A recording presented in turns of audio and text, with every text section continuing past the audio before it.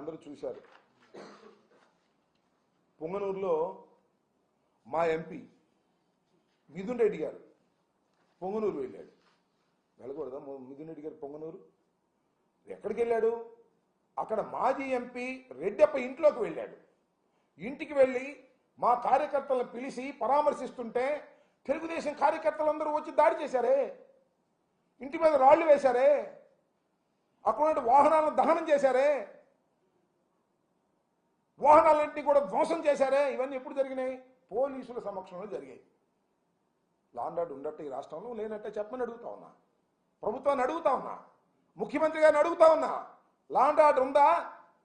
ఒక ఎంపీ తన నియోజకవర్గంలోకి వెళ్ళి అక్కడ కార్యకర్తలను కలుసుకునేటటువంటి స్వేచ్ఛ లేనప్పుడు ఈ రాష్ట్రంలో లా అండ్ ఆర్డర్ ఉందని ఎలా అనుకోవాలో చెప్పని మనం చేస్తున్నాం. ఇంకా ఒక చిత్రమైన విషయం చెప్తా.